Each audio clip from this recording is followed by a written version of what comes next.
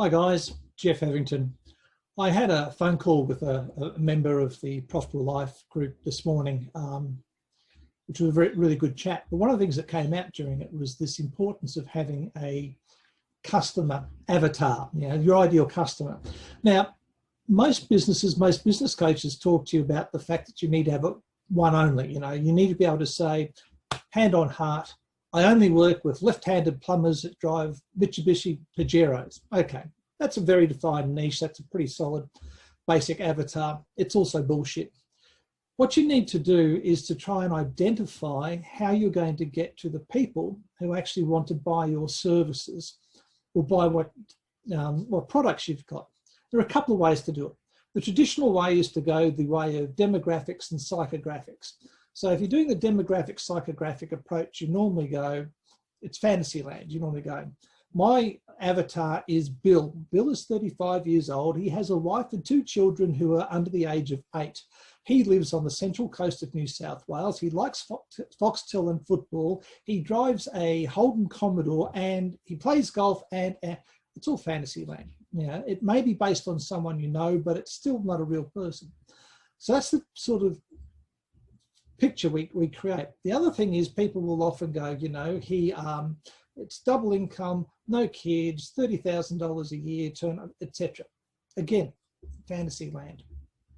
The other way to arrive at an avatar, and don't get me wrong, I'm not saying psychographics and demographics are useless. What I'm saying is you need to be honest with yourselves and say that you're either basing them on a real person, it might be a relative, a brother, or someone you know, or you're basically pulling it out of thin air because it's someone you'd like to work with. There are a couple of other ways to look at it. One is to try and define your niche or your avatar by the problem you solve. So what's the key thing you do for people?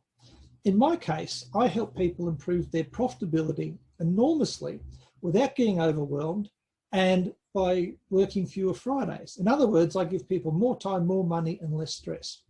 Now, that's widely applicable. And that's the sort of people I work with. But how do I narrow that down? So simply, if I'm asked who are my best clients, who's the clients I prefer to work with, I say I prefer to work with the owners of established 6- or 7-figure businesses who want to improve their revenue or profitability by at least 10% without being overwhelmed, and who want to work fewer Fridays. That's it. So I've got a fairly clear avatar, but it doesn't tie me down to one industry or anything like that. Now, for a lot of people, being tied to an industry is great because they are an expert in just that industry or just in that particular type of business. I have peers and colleagues who coach just lawyers or just financial planners or just accountants because they're good there. I've got another client who just works with physiotherapists. So that's fine. You can define yourself because that's the other way of doing it. So you've got psychographic, demographic. Then you've got defining it by the problem you solve. Then you can define it by the industry you work in, which then enables you to solve a subsection. So if I was to work with physiotherapists, it would simply be my best clients are physiotherapists who I help to fill their business without them having to be there every minute of every day, something like that. So that's the other way you fill it. So think about this, when you're trying to create your avatar, by all means, it's nice to have a picture. And often our best clients are people like us. And why are they our best clients? The people that are like us are our best clients because we understand them the best. We understand what drives them. We understand their likes, their dislikes. So it's not a bad place to start. So anyway, wrapping this up very, very quickly. Having a customer avatar or an ideal client in mind is absolutely vital because that way you can write and aim your marketing at someone and cut through all the noise and try and just speak to those people, A, you want to work with, and B, who can afford you. That's really important.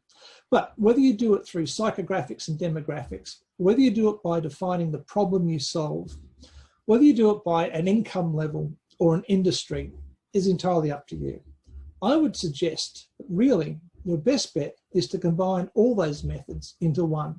A little bit of fantasy, a little bit of hardtack in terms of turnover and industry, and come up with that. And of course, the next step is smart business people don't just have one avatar. You normally have 2 or 3. So think about that.